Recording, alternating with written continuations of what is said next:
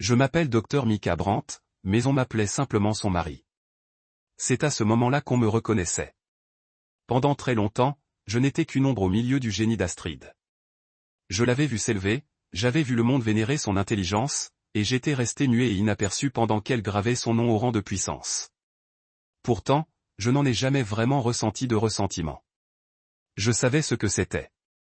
Elle était la star de la famille. Celle qui illuminait les pièces par ses idées, son charme, son ambition. Moi? J'étais juste l'homme qu'elle avait épousé. Juste l'homme qui s'occupait des lumières, nourrissait les enfants et réparait les robinets qui fuyaient de temps en temps. Mais le jour où tout a basculé, ce n'était pas bruyant. Tout a commencé dans des murmures. Il n'y avait rien d'extravagant. Pas d'explosion ni de confrontation dramatique. C'était juste un dîner de famille, un de ces rassemblements obligatoires que nous avions dans la vaste propriété du docteur Harold Linux. Mon beau-père, le dieu de la recherche médicale dans notre monde, l'homme qui pouvait faire passer les découvertes les plus pointues pour des histoires à dormir debout. J'avais depuis longtemps appris à me mettre en retrait dès qu'il était là. C'était le genre d'homme qui ne croyait pas à la subtilité. Il me faisait clairement comprendre qu'il n'avait que peu d'estime pour ma carrière et mes aspirations. D'ailleurs, il a un jour déclaré publiquement devant une salle pleine de donateurs que j'avais abandonné mes études de médecine pour me consacrer à des intérêts moins exigeants. La salle a éclaté de rire. Ce n'était pas une blague. Pas vraiment. Je me souviens de ce moment comme si c'était hier. Assis au bout de la table, juste assez près pour entendre les rires, juste assez loin pour être invisible. Ma place était juste à côté de la porte. Je sentais presque le courant d'air à chaque entrée et sortie. C'était un choix délibéré. Personne ne voulait s'asseoir à côté de moi, ni ma femme, ni mon beau-frère Julius, ni même les inconnus qu'ils avaient invités. Quand j'ouvris la bouche pour parler, Astrid pressa légèrement sa main sur mon bras, un geste subtil mais indubitable. « Ne ramène pas tout ça à toi », murmura-t-elle d'une voix sèche, mais quelque peu creuse. Et c'est là que j'ai compris. C'est là que j'ai compris qu'il voulait m'effacer. Je n'étais plus qu'un nom sur un formulaire, un simple remplaçant, une pensée secondaire dans une famille d'esprits brillants. Harold avait bâti un empire sur sa réputation, et Astrid s'était taillé une place à ses côtés. J'étais arrivé dans ce monde par mariage, pensant que ce serait l'occasion pour nous deux de nous élever ensemble. Au lieu de cela, j'avais été relégué au second plan, ignoré au profit de ses accomplissements. Et lorsque j'osais laisser ma marque, j'étais accueilli avec condescendance ou rejet pur et simple. Je me souviens parfaitement de cette nuit-là. La façon dont les rires résonnaient dans mes oreilles, la façon dont le contact d'Astrid sur mon bras ressemblait plus à une encre qu'à un réconfort. La façon dont j'étais assise là, incapable de parler, incapable de demander quoi que ce soit de plus. C'est ce jour-là qu'ils m'ont écarté. Pas avec un mot dur, pas avec un acte dramatique. Non, ils l'ont fait par le silence. Avec subtilité. Ils m'ont effacé sans même s'en apercevoir. Et à cet instant, j'ai su que je ne pouvais plus laisser passer ça. Je ne pouvais plus faire comme si de rien n'était. Tandis que le dîner s'éternisait, je me suis retrouvé à les écouter, à les observer, à les regarder tourbillonner autour de moi dans leur monde de réussite et de relations. Ils élaboraient des plans, discutaient de recherche et célébraient la dernière réussite de Julius, tout en ignorant l'homme assis tranquillement près de la porte. J'ai su alors que je devrais construire quelque chose de mon côté, quelque chose d'indéniable, quelque chose qu'ils ne pourraient effacer, malgré tous leurs efforts.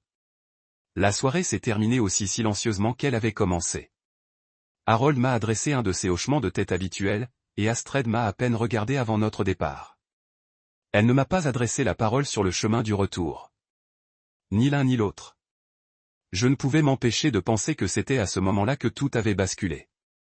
Il ne s'agissait plus seulement de leur prouver ma valeur. Il s'agissait de me prouver quelque chose à moi-même. Que je ne le faisais pas. J'avais besoin de leur approbation. Que je valais plus que l'ombre dans laquelle ils m'avaient projeté. Que je pouvais devenir plus que l'homme qui se contentait de tenir leur manteau. Les mois suivants s'écoulèrent dans un tourbillon de visites à l'hôpital et de conférences universitaires. Mais au fond de moi, quelque chose couvait constamment. Je ne me contentais pas de rester une note de bas de page dans leur histoire. Je ne me contentais pas de les laisser me définir. J'avais ma propre vision, mon propre avenir à construire. J'en avais assez de jouer selon leurs règles, d'accepter les miettes qu'ils me laissaient tomber. Dans le calme de mon bureau, tard dans la nuit, j'ai commencé à construire. J'ai écrit des algorithmes, conçu des modèles de diagnostic, créé de nouvelles façons d'aider les patients dans les situations les plus désespérées. Et à chaque ligne de code, je commençais à me débarrasser des limites qu'ils m'avaient imposées. Mais même en construisant mon avenir, je ne pouvais m'empêcher de penser qu'ils seraient toujours liés à eux, toujours mesurés à l'aune de l'héritage qu'ils avaient laissé. Astrid, Harold, Julius. Ils m'avaient effacé, certes, mais ils avaient aussi créé un monde où mon nom serait toujours comparé au leur. Ce serait toujours le défi, n'est-ce pas? Prouver que je n'étais pas seulement l'homme derrière eux, que je n'étais plus seulement l'homme en retrait. J'ai donc travaillé en silence, sachant qu'un jour je serais prêt à leur révéler qui j'étais vraiment. Non pas l'homme qu'ils voulaient effacer, mais l'homme que j'avais toujours été. Et quand ce moment viendrait, je ferai en sorte que le monde connaisse mon nom. Plus d'ombre, plus de silence, juste la vérité. Claire et nette. À l'époque, Harold Linux et moi travaillions ensemble sur ce qui aurait pu être l'un des projets les plus révolutionnaires de notre époque, le séquençage diagnostique non invasif utilisant l'apprentissage automatique. L'idée était révolutionnaire. Utiliser des données en temps réel collectées à partir des signes vitaux de base et des technologies portables pour identifier les premiers signes de maladie cardiaque bien avant l'apparition des symptômes. J'avais passé des mois à développer le prototype d'algorithme, à effectuer des simulations, à compiler des données d'études de cas, à recouper des revues publiées et à affiner la logique. J'ai à peine dormi pendant cette période, me nourrissant de café et de nuits blanches. À emporter, tandis qu'Astrid se disait que j'étais encore une fois obsédé. Harold avait initialement manifesté son intérêt pour mon prototype lors d'une de nos rares conversations au service de recherche de l'hôpital. Il n'était pas un technicien et ne l'avait jamais été. Son génie était profondément clinique, théorique et politique, mais il savait qu'en quelque chose pouvait rehausser sa réputation déjà légendaire. Il m'a invité à collaborer. C'étaient ses mots. Faisons une contribution commune. Votre algorithme, ma validation clinique, ce sera une combinaison gagnante, a-t-il dit en me tapant dans le dos comme un père récompensant son fils pour avoir tondu la pelouse. Je l'ai cru. C'était mon erreur. Nous avons travaillé côte à côte pendant 3 mois. Eh bien, j'ai travaillé. Il a examiné, acquiescé, de temps en temps, a lancé une idée qui ressemblait plus à un argumentaire de communication qu'à une contribution scientifique. Mais je n'ai pas discuté. Pas à ce moment-là. Parce que c'était comme ça que ça fonctionnait dans ce monde-là. Pour être pris au sérieux, il fallait des noms comme le sien associés à son travail. Il fallait gagner en crédibilité jusqu'à ce qu'on construise la sienne. C'est ce que je me répétais sans cesse chaque fois qu'il éludait des questions ou redirigeait des interviews sur nos recherches. Puis, un matin, alors que j'attendais mon triple expresso habituel dans la file d'attente d'un café près de l'hôpital, je l'ai vu. La première page d'une revue médicale de renom. Révolutionner le prédiagnostic cardiaque, un nouveau modèle du docteur Harold Linux. Ma bouche s'est instantanément asséchée. J'ai récupéré la version numérique, l'ai parcourue jusqu'en bas, à la recherche de mon nom. Rien. Pas même une note de bas de page. J'ai dû la relire 10 fois, juste pour être sûr. Peut-être que j'exagérais. Peut-être qu'il avait soumis une version différente de notre projet. Peut-être que c'était ça. Préliminaire. Mais quand j'ai ouvert la section méthodologie et vu mon algorithme, mon cadre de travail présenté avec seulement quelques modifications cosmétiques mineures, j'ai su qu'il me l'avait volé. Il l'avait présenté comme le sien. De retour à la maison ce soir-là, Astrid était déjà levée sur le canapé avec un verre de vin. Elle m'a salué d'un « salut » distrait, sans même lever les yeux de sa tablette. Je lui ai demandé si elle avait vu le journal. Elle a hoché la tête. Harold me l'avait montré plus tôt. Plutôt excitant. J'ai marqué une pause. Tu n'as rien remarqué de manquant. Elle a haussé un sourcil comme si j'avais posé une question ridicule. Que veux-tu dire? Mon nom, Astrid. J'ai travaillé sur ce devoir avec lui. Bon sang, c'est moi qui l'ai écrit. C'est mon algorithme. Il ne m'a même pas crédité. Son visage a à peine bougé. Elle a cligné des yeux, puis a haussé les épaules. Je suis sûr que c'est juste un malentendu. Peut-être qu'il l'a soumis rapidement et qu'il a oublié. Oublié? Ai-je répété en élevant la voix. On n'oublie pas la personne qui a conçu les bases de tout ton article. Tu réagis de manière excessive, Mika, dit-elle calmement en prenant une autre gorgée. Tu fais toujours ça quand il s'agit de reconnaissance. Ça la blessait, non pas parce qu'elle le disait, mais parce qu'elle y croyait. Dans son esprit, c'était moi qui dramatisais, qui était mesquin, jaloux, et Harold. Il était incapable de trahir. Il était le pilier de leur famille, l'homme qui entrait dans n'importe quelle pièce et imposait le respect. Pourquoi aurait-il besoin de voler quoi que ce soit? J'aurais dû lutter plus fort sur le coup, mais je ne l'ai pas fait. J'ai laissé tomber. Non pas par faiblesse, non pas parce que je la croyais, mais parce que je savais que le jeu était truqué et que je n'allais pas gagner cette manche en criant dans mon salon. Au lieu de cela, je suis resté silencieux, concentré. Pendant qu'Harold donnait des interviews et des conférences sur sa découverte, j'ai commencé à écrire du nouveau code, à tester de nouvelles théories. J'ai approfondi l'intégration des diagnostics d'IA au système d'intervention d'urgence. J'ai commencé à contacter des institutions extérieures à notre sphère, des hôpitaux qui n'étaient pas éblouis par les noms de famille, mais par les résultats. J'ai accepté des missions de consultation en freelance sous un pseudonyme. Il ne s'agissait pas de me cacher. C'était une question de liberté. Plus de contraintes. Plus de crédibilité empruntée. J'allais gagner la mienne. J'ai dû regarder en silence Astrid féliciter son père lors des réunions de famille. Elle a évoqué son article lors des brunchs, l'a félicité lors des appels Zoom avec ses collègues, et m'a même suggéré de l'aider à préparer une conférence dont il était la tête d'affiche. L'aider à préparer un discours sur mon travail. J'ai poliment décliné. Je lui ai dit que j'étais débordé. Ce que je ne lui ai pas dit, c'est que je construisais un prototype de mon modèle de diagnostic de nouvelle génération. Un modèle plus rapide, plus propre et capable d'être déployé à distance dans les régions sous-développées. Le genre de technologie qui non seulement remporte des prix, mais sauve des vies. Et pendant tout ce temps, je suis resté silencieux au sujet de l'article. Laissons Harold recueillir ses louanges. Que Astra pense que j'étais passé à autre chose, car je ne courais plus après la reconnaissance. Je préparais quelque chose de plus grand. Une œuvre si complète, si incontestable que personne ne pourrait effacer mon nom. Je ne construisais pas seulement un projet. Je construisais un avenir dont il ne pourrait pas s'attribuer le mérite. Mais certains soirs, quand la maison était silencieuse et que mon écran brillait dans le noir, je me demandais pourquoi cela me faisait si mal. Ce n'était pas le papier. Pas vraiment. C'était la signification du vol. Que Harold ne me voyait pas comme un partenaire. Que Astra ne me voyait pas comme quelqu'un qui méritait d'être défendu. Que ma valeur à leurs yeux n'était qu'un inconvénient conditionnel. J'avais tout donné à cette famille. Ma loyauté, mes idées, mon silence. Et en retour, ils m'offraient un rasoir. Mais je savais quelque chose qu'ils ignoraient. La meilleure vengeance n'est pas bruyante. C'est l'héritage. La salle de bal du Sheridan de Boston était toute en verre et en lustre, prétentieuse, surdésignée. Un palais pour égaux enveloppé de blouses blanches. C'était le jour de clôture de la conférence nord-américaine sur les innovations médicales, et je me tenais à côté de mon poster, attendant simplement. La marée de costumes défilait devant moi, les yeux s'attardant sur le travail comme s'il s'agissait d'un simple espace réservé entre les véritables attractions. J'avais été invité comme chercheur associé représentant une petite université de la côte ouest. Pas de gros titre, pas de projecteur. J'étais coincé entre une conférence sur les adhésifs chirurgicaux et un brunch de réseautage. C'est là qu'ils pensaient que j'avais ma place. Mais j'étais là. Et mon poster n'était pas qu'un simple remplissage. C'était l'aboutissement de 2 années de travail silencieux pour affiner l'algorithme de diagnostic capable de détecter la dégénérescence myocardique avec seulement 5 indicateurs biométriques. Je me tenais à côté, tel un homme gardant un secret trop grand pour être crié.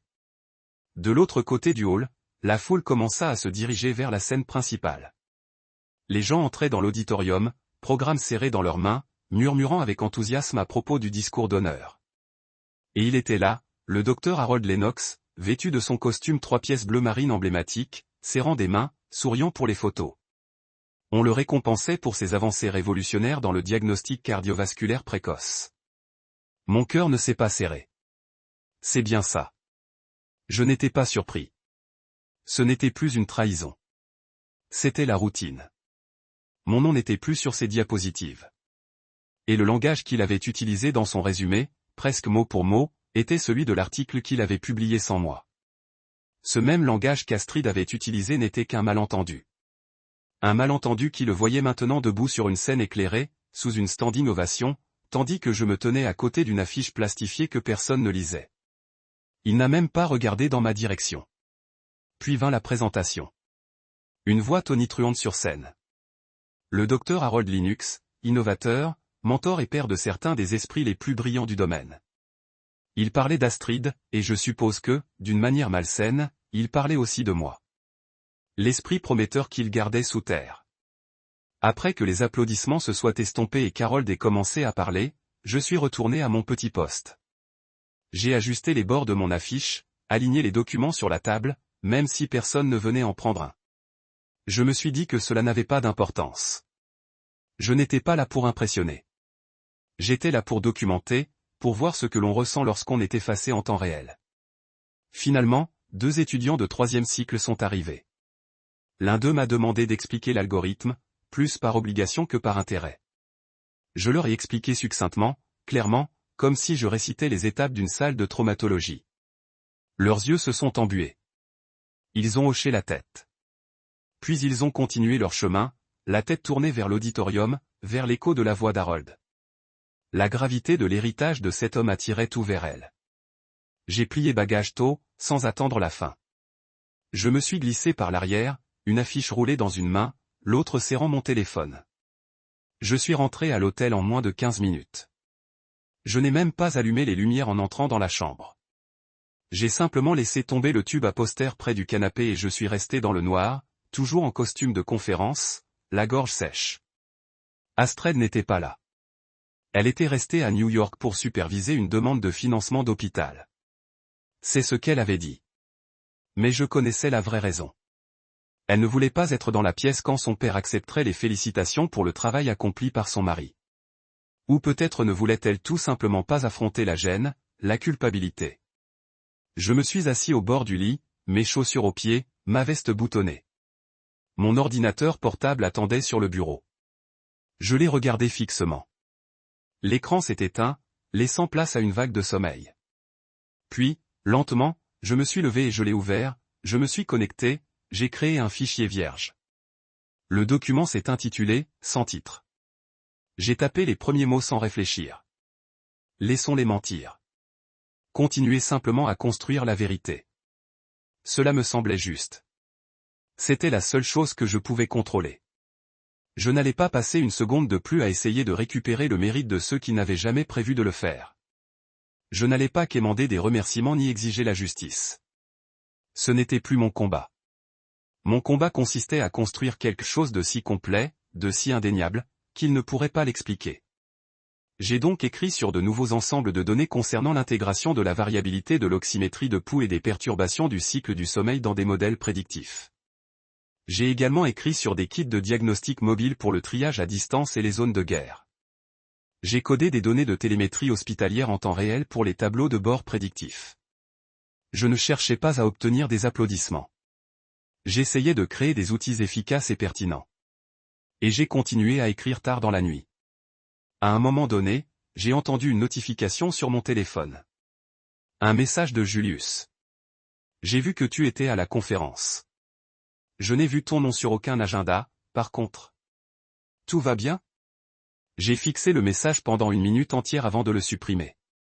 Je n'ai pas répondu, car que pouvais-je dire? Que j'étais à 150 mètres de son père et que j'aurais tout aussi bien pu être invisible. Que tout ce que j'avais apporté à leur monde avait été pris, détourné et maquillé en louange. Non, je n'avais pas besoin de leur sympathie. J'avais besoin de mon propre élan. Le lendemain matin, je ne suis pas retourné à la conférence. J'ai loué une voiture et me suis rendu dans un petit centre de recherche au nord de Cambridge. Un collègue de mes années de fellowship m'avait invité des mois auparavant pour discuter d'un partenariat, qui n'avait rien à voir avec le nom Linux. Ils m'ont fait visiter leur laboratoire, m'ont présenté à leur responsable de l'infrastructure de données et m'ont invité à une véritable discussion sur le financement. Ils voulaient mon travail. Pas mon nom de famille, pas mes cravates, juste le travail. En quittant les lieux, le soleil a percé la brume grise de Boston. Pour la première fois depuis des mois, je ne me sentais plus comme un fantôme. Ce soir-là, de retour dans ma chambre d'hôtel, j'ai ouvert le même document. J'ai ajouté une nouvelle ligne sous la première. Ne vous battez pas pour leur table. Construisez la vôtre. Je n'allais plus réclamer une place. J'allais construire la salle entière. Et je la fournirais avec des preuves, des brevets, des vies sauvées. Et peu importe le nombre de scènes sur lesquelles Harold se tenait ou les blagues qu'Astrid lançait pour me détourner de mon silence, la vérité continuait de grandir comme la lumière sous une porte verrouillée. Il pouvait prétendre que j'avais échoué, mais il ne pouvait pas arrêter ce que je construisais. Le silence ne prend pas toujours la forme de l'absence. Parfois, il est assis à côté de vous lors d'un brunch familial, vêtu d'un linge crème sur mesure et d'un verre de jus d'orange, riant avec ceux qui ont passé des années à réduire votre valeur à une plaisanterie. C'était Astrid. Ma femme, la fille d'une star, la femme qui, un jour, me tenait le menton dans ses mains et me disait que j'étais brillant, destiné, remarquable. Cette femme avait été remplacée par quelqu'un qui savait jouer la comédie et qui avait choisi de se passer de moi. Nous étions installés dans le penthouse de sa cousine Bianca, avec vue sur Hudson Yard. Marbre blanc, tabouret de bar chromé et une playlist de jazz stérile, si discrète qu'on ne pouvait s'en rendre compte qu'en 2 heures, personne ne l'avait interrompu. Astrid et moi étions perchés en marge de la conversation, non pas parce que nous étions exclus, mais parce que c'était là que j'étais censé rester, un accessoire, l'épouse bienveillante, le médecin qui n'a jamais vraiment réussi. Bianca était à la moitié de son 2e mimosa lorsqu'elle m'a regardé avec cette fausse curiosité qu'on a quand on veut paraître intéressé, mais qu'on ne compte jamais se souvenir de la réponse. Alors, dit-elle en prolongeant la conversation. Tu fais toujours ça? Qu'est-ce que c'était? Du codage. J'ai souri. Un sourire plat et expérimenté.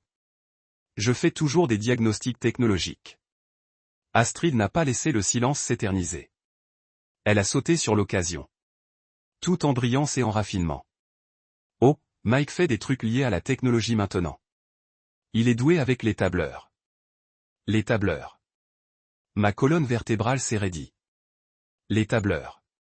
J'étais actuellement sous contrat avec 3 instituts de recherche cardiaque et j'avais été cité dans un livre blanc allemand comme une force pionnière dans la cartographie portable des anomalies cardiovasculaires. Et à la femme que j'avais épousée, celle qui m'avait vu passer des nuits entières à corriger une seule ligne de code erronée. Le travail de ma vie se réduisait à des feuilles de calcul. Je ne la corrigeais pas. C'était le plus cinglant. Je ne disais pas un mot. Je la regardais siroter son verre et adresser ce sourire agréable et vide au reste de la table, comme si rien ne s'était enfoui en dessous.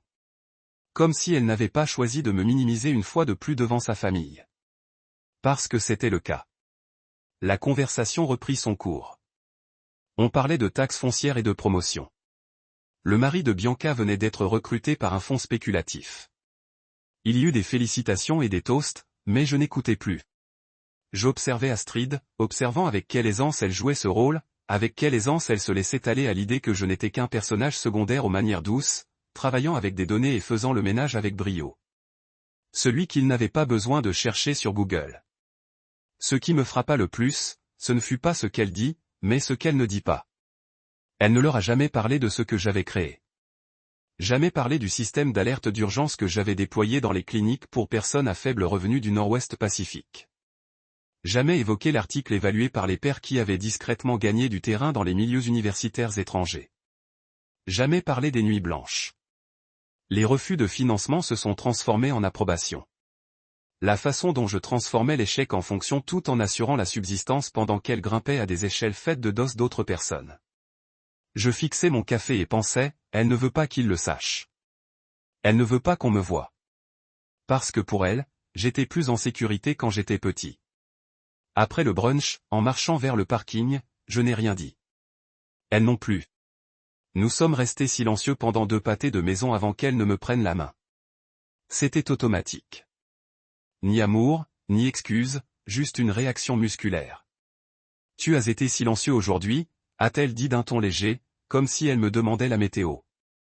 Des feuilles de calcul, ai-je dit, masquant à peine le mordant de mon ton. Elle a soupiré. Mika, c'est juste plus facile. Tu sais comment c'est. Je sais exactement comment ils sont, répondis-je. Je ne m'attendais juste pas à ce que tu te fondes si facilement dans la masse.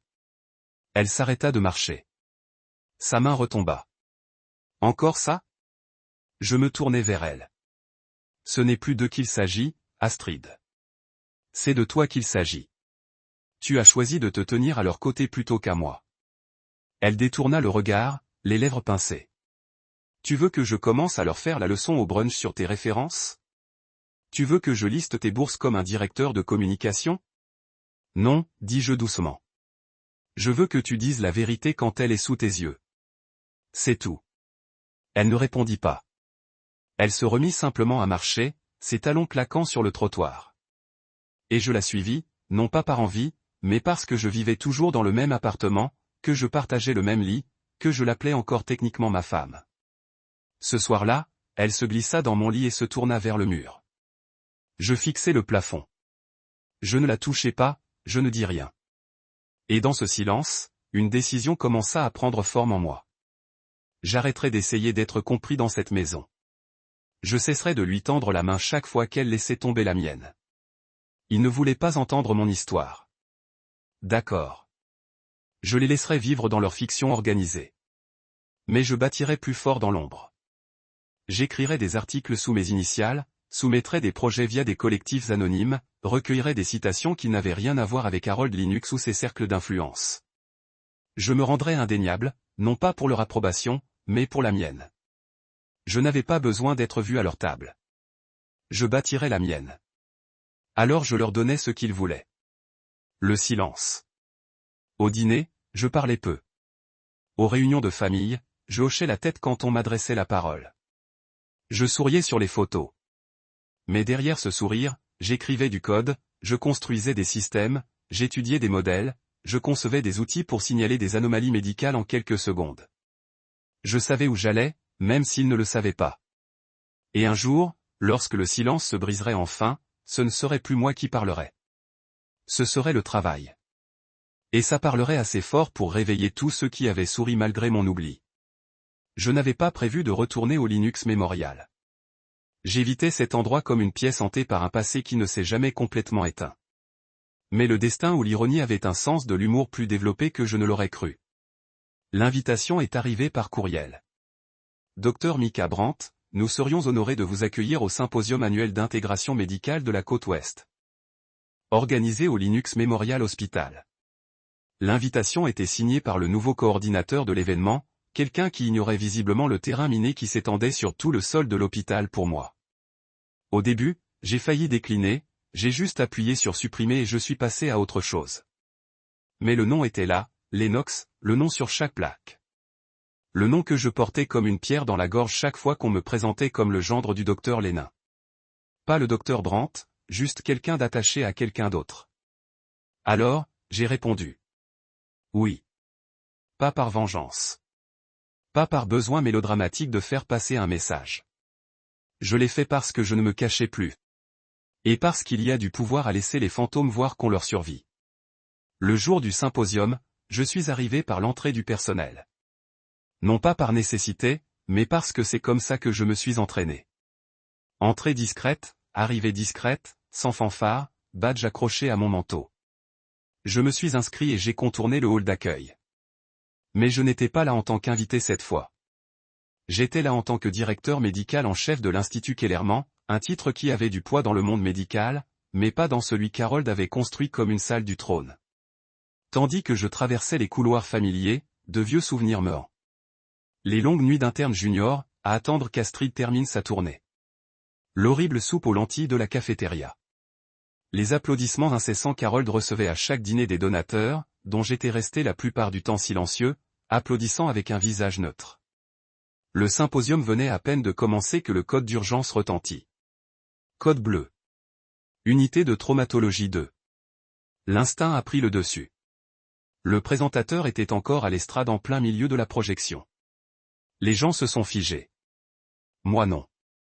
Mes jambes ont bougé avant que mon cerveau ne rattrape complètement le temps perdu. J'ai couru. À mon arrivée, la salle était déjà en plein chaos. Un adolescent s'était effondré dans le couloir, devant l'imagerie.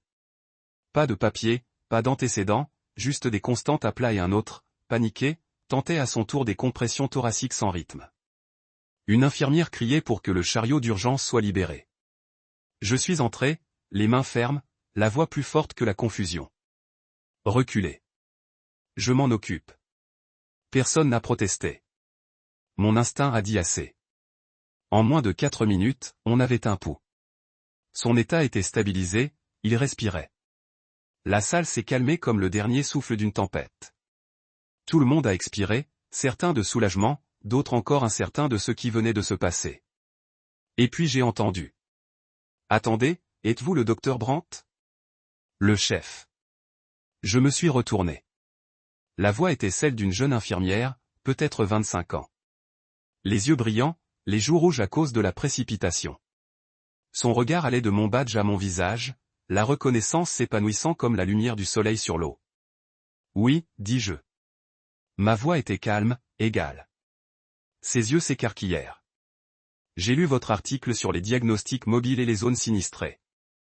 Cela a changé la façon dont nous trions les patients à la clinique où je travaillais.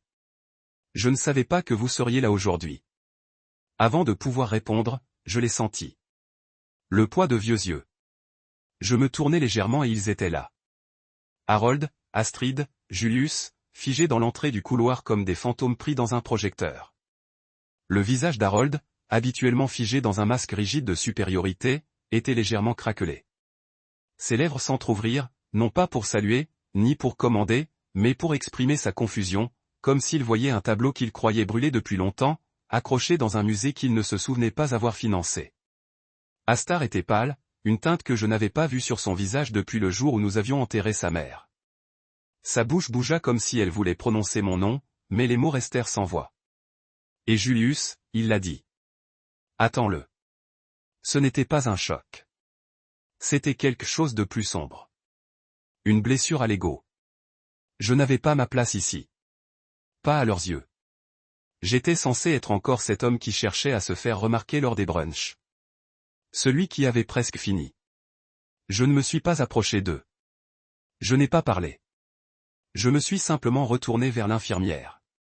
Vous avez dit que votre clinique utilisait le protocole ?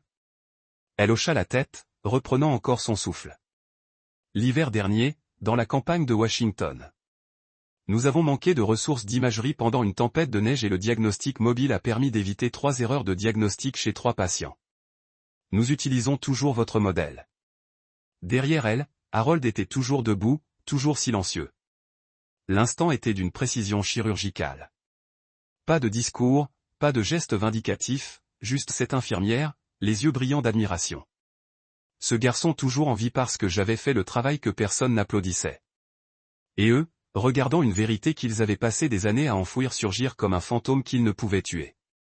Astrid cligna enfin des yeux, les doigts repliés dans les manches de son manteau. Elle me regarda comme on regarde un tableau qu'on a jeté, maintenant accroché derrière une vitre blindée. J'adressai un léger signe de tête à l'infirmière. Merci de me l'avoir dit. Elle sourit, inconsciente du drame qui s'épaississait derrière elle. Et moi ? Je ne les regardais plus. Parce qu'à cet instant, je réalisais quelque chose de plus profond que la validation. Le pouvoir ne réside pas dans le fait d'être vu. Il réside dans le fait de devenir indéniable. Et peu importe combien de fois ils avaient effacé mon nom, le monde l'avait déjà écrit à l'encre. C'était l'expression d'Harold qui me hantait plus que le silence. Ce moment, au service de Traumatologie 2, avait brisé quelque chose en lui. Pas bruyamment, pas publiquement, mais d'une manière qu'il ne pouvait recoller ni par le prestige ni par le déni. Pour une fois, ce n'était pas lui qui commandait la pièce.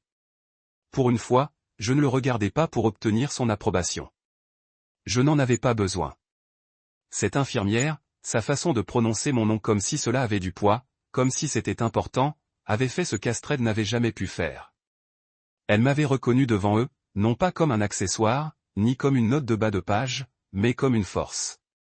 Et Harold devait rester là, à regarder ce qui se passait, impuissant à l'interrompre, incapable d'en faire quelque chose de plus pratique pour son récit. Je sentais la chaleur de leur escalier tandis que je remplissais mon rapport. J'avais pris mon temps, non pas pour dramatiser, simplement parce que je ne me pressais plus. J'avais passé trop de temps à me rétrécir pour entrer dans des pièces conçues pour son ego. Maintenant, j'étais là où j'étais. J'ai aperçu le reflet d'Astrid dans la vitre à ma droite. Elle était toujours dans le couloir, à moitié tournée vers elle, comme si elle hésitait entre rester ou fuir. Julius lui parlait à voix basse, gesticulant de rapides mouvements de la main comme s'il ne comprenait pas ce qu'il avait vu. Mais Harold ne bougeait pas. Il restait là, les bras croisés sur la poitrine, le coin de la bouche crispé comme s'il luttait contre une vérité qui tentait de s'enfuir. Je ne leur ai pas adressé la parole. J'ai simplement retourné mon rapport et j'ai quitté l'aile traumatisante. Je ne leur devais pas une explication. Plus maintenant. Plus tard dans l'après-midi, après que le symposium ait repris, j'ai traversé le couloir principal, en direction de la salle de conférence où je devais m'asseoir sur un panel sur les diagnostics décentralisés. La chambre était à moitié pleine à mon arrivée. Tôt comme d'habitude, j'ai pris place vers la fin de la table, j'ai ouvert mon dossier et examiné mes notes, non pas parce que je n'étais pas préparé, mais parce que cela m'a ancré. Je l'ai senti avant de le voir. Harold. Il est intervenu sans fanfare. Son expression s'est composée mais illisible. Il se dirigea vers le modérateur, serra quelques mains, puis tourna son attention vers moi. Il a hoché la tête une fois, le même signe de tête clinique qu'il a donné des stagiaires dans la reconnaissance ou la reconnaissance sans chaleur. Le docteur Brandt, a-t-il dit uniformément comme si les événements de ce matin avaient été un rêve lointain. J'ai levé les yeux, ma voix calme. Docteur Lénin, il a hésité juste une seconde. Puis il s'éclaircit la gorge. C'était un bon travail plus tôt. Je ne l'ai pas remercié. Je ne savais pas que vous étiez affilié à Kellerman maintenant, a-t-il ajouté. Directeur médical en chef. Le titre résonnait dans mon esprit. Pas hors de l'ego, mais de toutes les années qu'il a fallu pour le gagner pendant qu'il regardait dans l'autre sens. Depuis près de 2 ans maintenant, j'ai dit. La mâchoire de Harold se resserra. Cet article sur les diagnostics en cas de catastrophe. Était-ce aussi votre travail? Je n'ai pas souri. Tout cela. Il a donné un signe de tête raide comme chaque mot que j'ai dit a écaillé au mur qu'il a construit autour de sa version de la vérité. Eh bien, il murmura comme s'il cherchait une réponse qui n'existait pas. Cela attire beaucoup d'attention. Il ne s'agit pas de l'attention, dis-je. Il s'agit du travail. Cela l'a fait faire une pause. Juste assez longtemps. Vous auriez pu nous le dire, a-t-il dit enfin. Toutes ces années, vous auriez pu dire quelque chose. J'ai fermé le dossier et je l'ai regardé droit dans les yeux. Je l'ai fait. Vous n'avez jamais écouté. Qui a atterri? Je l'ai vu dans le scintillement de son expression. Pour un homme qui avait toujours vécu avec le réconfort d'être la voix la plus forte de la pièce, se rappelant qu'il a ignoré les silencieux le secoua d'une manière qu'aucun scandale ne pouvait jamais. Il n'a pas répondu. Il se tourna et partit, s'estompant dans son petit groupe de chirurgiens près de la scène. Le panneau a commencé. Nous avons discuté de l'avenir du diagnostic, de l'intégration de l'IA, de l'accessibilité mondiale. J'ai partagé mes recherches, mes idées. Mon nom était sur la pancarte. Ma voix a été entendue et pas une seule personne ne m'a demandé avec qui j'étais marié. Après la fin du panel, plusieurs participants sont venus me serrer la main. Un chercheur de Tokyo voulait traduire mon dernier article à utiliser dans des cliniques japonaises éloignées. Un autre a offert une collaboration avec une unité de traumatologie au Kenya. Je leur ai donné ma carte de contact. Alors que je monte à nouveau dans le couloir, la foule s'est séparée brièvement. Astrid se tenait à l'extrémité, à moitié ombragée par le cadre d'une grande fenêtre. Elle ne souriait pas. Elle n'était pas non plus habillée dans son armure sociale habituelle. Juste un chemisier de la marine ordinaire, ses cheveux se sont retirés. Pas de prétention dans son expression. Elle ne s'est pas approchée. Elle ne salue pas. Elle m'a juste regardé. Et dans ses yeux, pour la première fois, je l'ai vu. Pas de confusion, pas de déception, de regret. Non pas parce qu'elle n'avait pas cru en moi, mais parce qu'elle a finalement réalisé qu'elle n'avait même jamais regardé. Je suis passé devant elle, pas hors de dépit, pas hors de la fierté, mais parce que je n'avais pas besoin de m'arrêter. Il ne restait plus rien à expliquer. Il ne reste plus de preuves à donner. J'avais fait ce qu'ils n'avaient jamais pensé que je le ferais. Je suis devenu quelqu'un sans leur permission. Et le regard sur le visage de Harold ce matin-là, ce scintillement de réalisation n'était pas seulement ce que j'avais fait. C'était ce qu'il n'avait pas. À propos de tous les moments où il a eu la chance de soulever quelqu'un et a choisi de projeter une ombre plus longue. Sur la façon dont l'empire qu'il a construit a été soudainement éclipsé par une vérité qu'il n'a pas écrite. Il pensait que l'effacement de mon nom effacerait mon objectif. Mais tout ce qu'il a fait était de me concentrer. Maintenant, il devait regarder tout ce qu'ils ont ignoré et devenu tout ce qu'ils ne pouvaient pas éviter. Et ce regard, cette chose stupéfaite et brisée derrière les yeux de Harold, c'était le bruit de la fissuration héritée. La chose à propos de la réputation, en particulier de celle construite sur une brillance empruntée, c'est qu'elle ne se brise pas tout d'un coup. Il se fracture en silence. D'abord dans les chuchotements, puis dans le doute, puis dans l'inclinaison indubitable des têtes et des sourcils levés lors des conversations qui se terminaient par des applaudissements. Harold Lennox avait passé sa vie à construire un nom qui ne pouvait pas être remis en question. Un héritage enveloppé dans des distinctions, des dotations médicales et des titres honoraires. Mais tout ce qu'il a fallu, c'était un jour, un instant. L'un avait l'air trop long sur un badge qui n'a pas dit son nom. Le mot s'est propagé plus rapidement que je n'aurais jamais pu orchestrer. Je n'avais pas besoin de publier une chose. La photo de l'unité de traumatologie, au moment où j'ai stabilisé le patient adolescent tout en portant un manteau de l'Institut de Kellerman, a frappé le bulletin interne de l'hôpital dans les 24 heures. Ce n'était même pas un titre, juste une brève mise à jour. Le docteur Micah Brandt, directeur médical en chef, est intervenu pendant le code d'urgence et a administré une intervention réussie. Linux Memorial remercie le docteur Brandt pour sa contribution. C'était tout ce qu'il a fallu. Le président du conseil d'administration l'a transmis au conseil exécutif. Les chefs de département ont commencé à reconstituer l'étrange puzzle. Le docteur Brandt, celui que Harold appelait tech adjacent, était maintenant la personne qui sauve des vies dans ces couloirs. Je n'ai pas eu à annoncer moi-même. Je n'avais pas besoin d'une tournée de presse. La vérité avait ses propres jambes. À la fin de la semaine, l'assistant de Harold m'a envoyé une demande de réunion. Ligne d'objet clarifiant la discussion. Je l'ai laissé reposer dans ma boîte de réception pendant 2 jours. Ensuite, j'ai cliqué sur accepter. La réunion était prévue dans une salle de conférence de taille moyenne au dernier étage de l'aile administrative. C'était du verre sur 3 côtés, de haut plafond, entouré d'étagères pleines de récompenses, de photos de Harold serrant la main de gouverneur et de président. Je suis entré seul, pas d'entourage, pas d'assistant, juste mes références dans un dossier noir sous mon bras. Harold était déjà assis. Il avait l'air plus fatigué que d'habitude, mais il l'a masqué avec sa posture rigide habituelle et un costume pressé qui a essayé de déclarer normal. Il hocha la tête en entrant mais je ne montais pas Micah, il a dit que je n'avais pas retourné la courtoisie, le docteur Lennox. Il y a droit. Il y a eu une certaine confusion sur votre implication dans certains projets au cours des dernières années. Confusion ? J'ai fait l'écho à régler le dossier sur la table. Ou correction ? Il n'a pas répondu. Il jeta un coup d'œil à la fenêtre de la salle de conférence comme s'il espérait que quelqu'un interromprait cette conversation. J'ai ouvert le dossier et l'ai glissé vers lui. Mes références mises à jour, les titres actuels, les brevets déposés, les publications, certaines auprès des citations internationales, mon portefeuille complet. Il l'ouvrit lentement. J'ai regardé ses yeux scanneurs les documents, les chiffres, les bourses co-signées, la lettre du consortium d'urgence de Genève me nommant comme l'un des 10 meilleurs innovateurs du diagnostic appliqué cette année. Son silence est devenu plus épais avec chaque ligne qu'il a lue.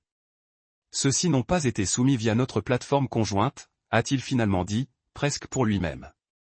Non, j'ai répondu. Il ne l'était pas. J'aurais soutenu que vous aviez. Je ne l'ai pas laissé finir. Vous ne m'avez pas soutenu lorsque j'écrivais du code dans votre laboratoire de sous-sol. Vous ne m'avez pas soutenu lorsque vous avez retiré mon nom d'un article que j'ai écrit. Vous ne m'avez pas soutenu lorsque je me présentais lors de conférences seul pendant que vous avez récolté des prix pour un travail qui n'était pas le vôtre. Donc, non, je ne vous suis pas venu à vous. Je viens de faire le travail. Il m'a regardé. Pour la première fois, j'ai vu quelque chose qui ressemblait à la vulnérabilité dans ses yeux.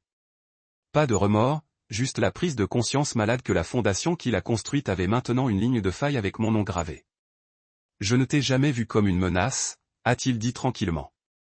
C'était votre erreur, ai-je dit.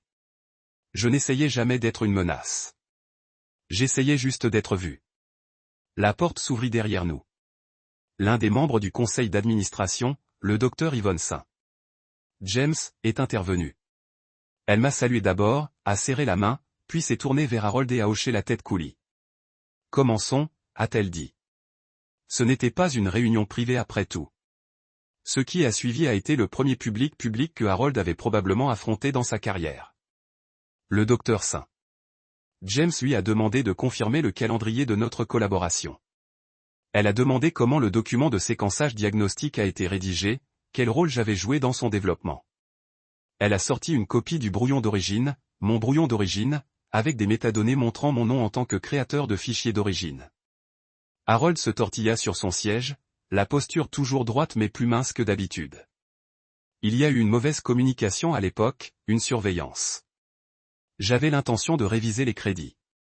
Yvonne m'a regardé. Est-ce vrai, le docteur Brand? Non, j'ai dit simplement que la révision n'était jamais venue. Pas lorsque le journal a été publié. Pas quand il a reçu le prix, pas quand on lui a demandé dans une interview sur son équipe et il a dit que j'ai surtout travaillé seul. La pièce s'est calme. Puis Yvonne a repris. Le docteur Lénin devra effectuer une revue officielle des dossiers de co-automatisation pour toute recherche récente liée à votre nom. En vigueur immédiatement. Il n'a pas discuté. Il hocha juste la tête lentement. C'est comme ça que ça commence. Les fissures. Pas avec quelqu'un qui crie de fraude dans une salle de conférence. Pas avec des tabloïds, avec des questions, avec des enregistrements, avec des vérités chuchotées dans les oreilles droites au bon moment. En quittant la pièce, Julia m'a envoyé un SMS. Pourquoi des? Je n'ai pas frappé Sand. Je n'en avais pas besoin.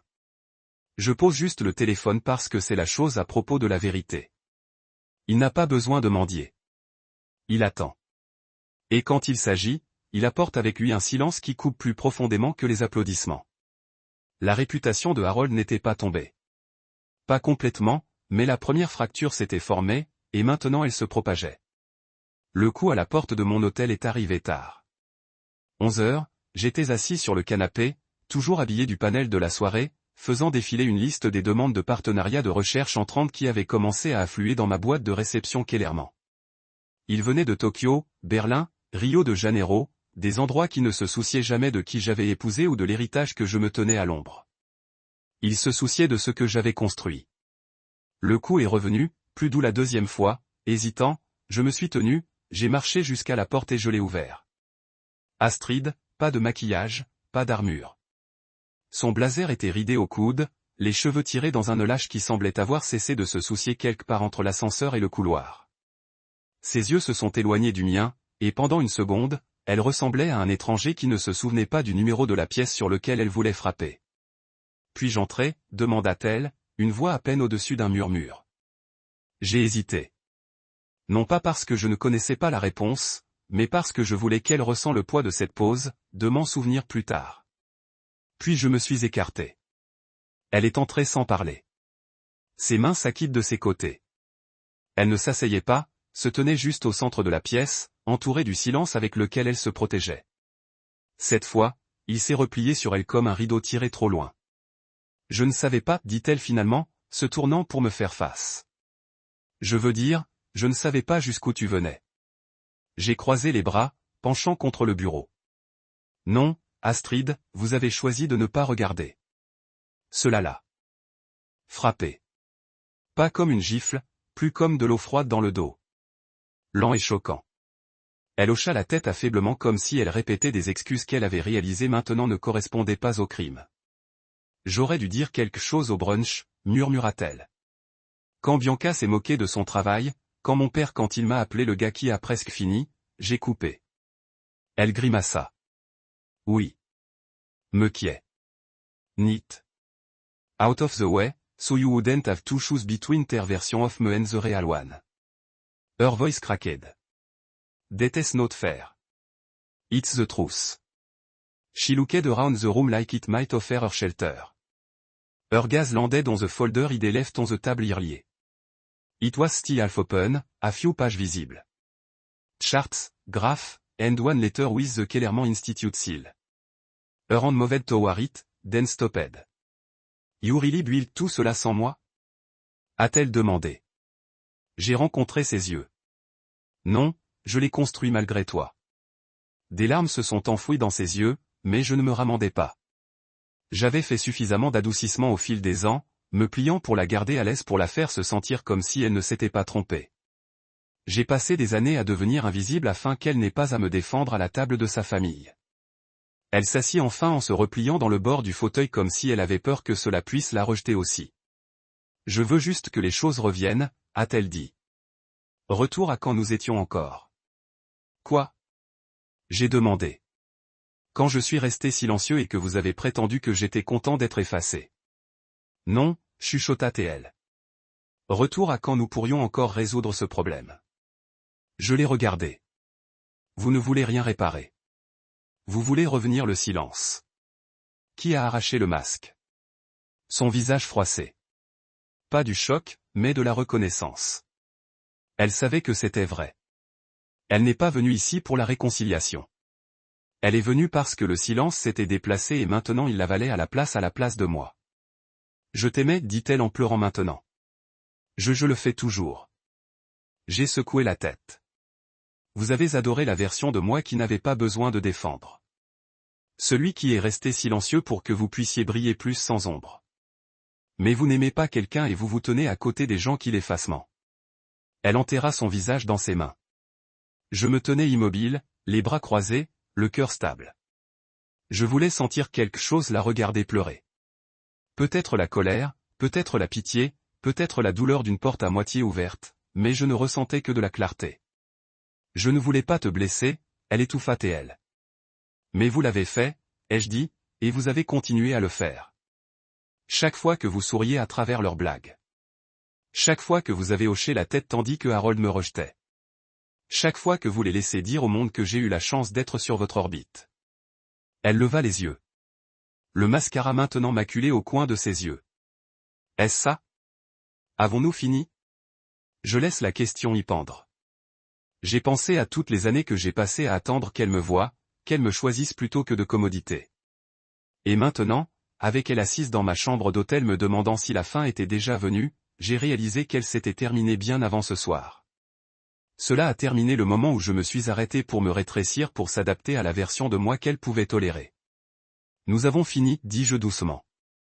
C'est juste la première fois que vous entendez l'écho. Elle se leva lentement, ses jambes instables. Je n'ai pas offert son soutien. Elle se dirigea vers la porte, s'arrêta, le dos à moi. Tu n'es pas l'homme que j'ai épousé.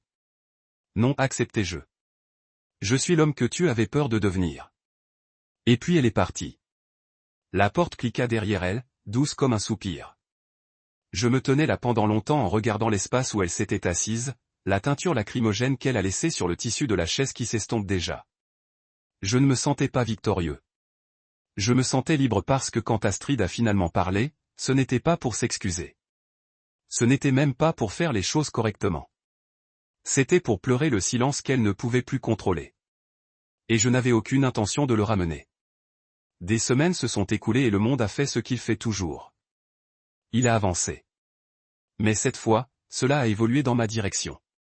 L'invitation est arrivée dans une boîte, pas une enveloppe. Black mat épais en relief avec un sceau en argent. Invitation de liaison mondiale du Forum médical de l'innovation.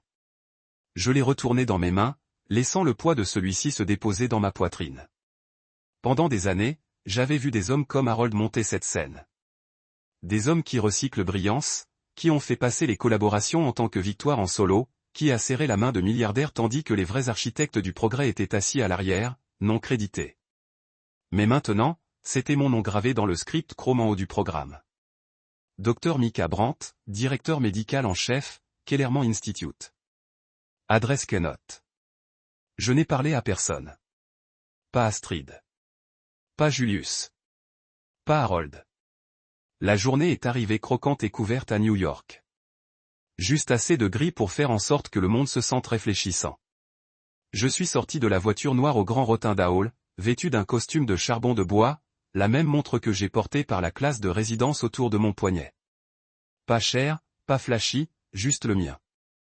Géré, payé avec chaque papier négligé, chaque contribution effacée, tout le mari d'Astrid murmura et polit les couloirs. À l'intérieur, la pièce était impeccable. Chandelier en cristal, chaises en velours disposées en demi-cercle parfait autour du podium. Participants de plus de 30 pays, PDG, directeurs de recherche, décideurs politiques. J'ai scanné la foule, ne m'attendant pas à trouver des visages familiers avant moi. Deuxième rangée, légèrement à gauche. Harold Lennox. Bien sûr, il était là. Il devait être. Le forum était l'un de ses domaines, une autre étape qu'il avait revendiquée bien avant que j'imaginais de pouvoir se tenir debout. Sa posture était raide, la mâchoire se déroulait comme s'il se préparait pour un diagnostic qu'il ne pouvait pas contrôler. Ses mains étaient pliées. Pas de bloc-notes, pas de téléphone, juste regarder, attendre. Je n'ai pas tressailli. La présidente s'est approchée du podium et a commencé ses remarques de bienvenue, sa voix calme, confiante. Puis elle s'arrêta et regarda vers moi. C'est avec une grande fierté que nous accueillons le conférencier d'honneur d'aujourd'hui, un innovateur dont les contributions silencieuses ont remodelé la façon dont nous abordons les diagnostics cardiaques à un stade précoce à travers les continents. Veuillez accueillir le Dr Micah Brandt. Les applaudissements sont venus rapidement, nets, et non des applaudissements polis, le respect, la reconnaissance. Je me suis tenu et j'ai marché jusqu'à la scène, rythme cardiaque stable, respiration même. Je n'ai pas regardé Harold. Je n'en avais pas besoin. Il avait déjà vu plus qu'il ne le voulait. Je savais quel genre d'homme il a fallu pour applaudir pour que quelqu'un ait essayé d'effacer. J'ai atteint le podium et j'ai regardé la foule. Puis j'ai commencé. Certaines contributions ne viennent pas avec du crédit, ai-je dit. Certains noms sont laissés de côté la plaque. Certaines mains qui façonnent les progrès ne sont jamais photographiées, jamais citées. Ils vivent au sous-sol, dans des laboratoires non marqués, derrière les écrans, derrière les gens. La pièce s'est calmée. Pendant des années, je crois que pour changer le monde, j'avais besoin de la permission pour être vu. J'ai attendu la reconnaissance, une invitation à s'asseoir à des tables où mon travail a déjà nourri la conversation. Une pause, juste assez pour sentir la pièce se pencher. Mais l'héritage n'est pas une plaque. Ce sont des applaudissements. L'héritage est ce que vous construisez en silence et rendez indéniable. J'ai continué. J'ai parlé d'innovation par endroits sans réseau électrique, d'algorithmes qui avaient déjà sauvé des centaines de vies, du financement des cliniques mobiles au lieu de lobbies en marbre, de la médecine dépouillée de performance, de travail, juste d'impact. Quand j'ai fini, ils se tenaient. Tous. Les applaudissements ne se sont pas terminés par le discours. Il a percuté profondément et plein. Pas performatif, pas politique. Et Harold, il n'a pas applaudi. Pas un mouvement. Il était resté en pierre encore pendant que tout le monde se leva, mais il n'a pas détourné le regard. J'ai rencontré ses yeux juste une seconde, pas au défi, pas même en triomphe, juste pour lui montrer, c'est ce que vous avez essayé d'enterrer. Par la suite, les journalistes ont demandé des interviews. Les organisateurs d'événements m'ont pressé la main, me remerciant. D'autres orateurs se sont approchés pour discuter des collaborations. Pour la première fois, ma boîte de réception n'était pas pleine de suivi au crédit de quelqu'un d'autre. C'était à moi. J'ai trouvé un moment calme près de la table de rafraîchissement, sirotant de l'eau et regardant les gens tourbillonner dans la pièce comme s'ils orbaient quelque chose de nouveau. Je n'avais pas d'entourage, personne ne me faisait passer de la conversation à la conversation. Je n'avais plus besoin de ce genre de cadrage. J'étais le moment. Micah. La voix est venue de derrière. J'ai tourné. Harold se tenait là, son expression neutre mais tendue. Il s'arrêta. Bien livré. Je ne lui ai pas offert un sourire. Merci, j'ai dit. Il s'éclaircit la gorge. Vous avez bien fait. Je le regardais, laisse le silence s'étirer juste assez longtemps. Je sais. Il baissa les yeux, puis le vent. Il fut un temps que je pensais que tu as arrêté. Que vous n'étiez pas construit pour ce monde. Il fut un temps que vous vous sommes assuré de croire que cela aussi, ai-je dit. Il hocha la tête. Peut-être que je l'ai fait. Et pour une fois, il n'a pas essayé de réécrire le passé. Il n'a pas offert d'excuses ni recadré ses actions dans la lueur du recul. Il se tenait là, l'homme qui a tenu le micro, regardant quelqu'un d'autre le tenir maintenant. Je ne demande rien, a-t-il dit. Bien, répondis-je. Parce que je ne te dois rien. Il s'attarda pendant une seconde de plus, puis laissait sans un autre mot. Je ne l'ai pas regardé partir. Au lieu de cela, je suis retourné dans la conversation qui était à moi maintenant.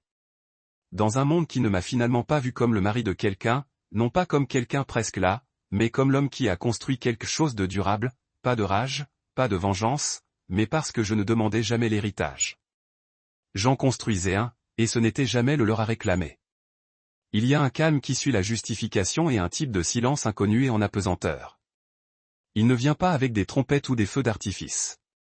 Il n'arrive pas avec une foule. Ce ne sont pas des applaudissements qui collent avec vous. C'est le moment après que tout le monde est rentré à la maison et que vous êtes laissé seul avec la version de vous-même qu'ils ont appelée impossible. C'est là que je me suis retrouvé des semaines après le Global Medical Innovation Forum. Dans le silence, dans le calme après la tempête, ils n'ont jamais vu venir.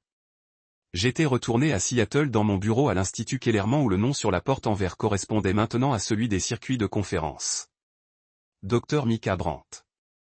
Il était là sur les brevets des revues sur les barres blancs et les subventions de recherche. Il n'a plus été chuchoté ou interrogé. Il était placé à l'avant et il se tenait seul. Plus de présentations qui ont commencé avec le mari d'Astrid. Plus de comparaisons avec Harold. Plus de rétrécissement. Mon téléphone bourdonnait doucement contre le bureau. Un message d'un chercheur junior à travers le bâtiment. Et, le docteur Brandt. Question rapide. Cela vous dérange de regarder la nouvelle interface bêta? Nous l'avons modélisée après votre logique de diagnostic d'origine. Vous voulez être sûr qu'il s'aligne toujours? J'ai tapé un mot. Sûr. Pas de titre, pas de surexclamation, juste des cadeaux. Et c'était suffisant. Plus tard dans la journée, je devais donner une conférence invitée dans une université voisine. Rien de formel, juste une salle de classe pleine d'étudiants de deuxième année MED étudiant la bioinformatique et les systèmes d'urgence. J'aime ces chambres. Ils m'ont rappelé où j'ai commencé à revenir avant que le monde ne décide que je n'étais pas suffisant. Je suis arrivé quelques minutes plus tôt et je me suis tenu à l'extérieur de la salle de conférence. J'ai entendu 2 élèves parler, feuilleter un paquet imprimé. J'ai lu son article sur la détection des anomalies en temps réel dans les zones de secours en cas de catastrophe. Travail fou. Ouais. Je ne savais pas qu'il était aussi le gars qui a développé cette application de triage mobile au Honduras l'année dernière. J'ai souri faiblement. Je ne les ai pas corrigés. Je n'ai pas annoncé moi-même. Je suis juste intervenu quand il était temps et j'ai commencé la conférence. 10 minutes plus tard, une main a remonté. Dr Brandt, n'ont-ils pas essayé de laisser votre nom sur ce document de séquençage de diagnostic original? Je m'arrêtai, non pas parce que cela m'a surpris, mais parce que je n'avais entendu personne poser cette question aussi directement auparavant. J'ai hoché la tête. Oui, ils l'ont fait. L'étudiant cligna des yeux, ne savant pas quoi dire ensuite. Je me suis penché sur la table. Laissez-moi expliquer quelque chose. Les gens essaieront de vous définir par la façon dont ils vous ont rencontré pour la première fois.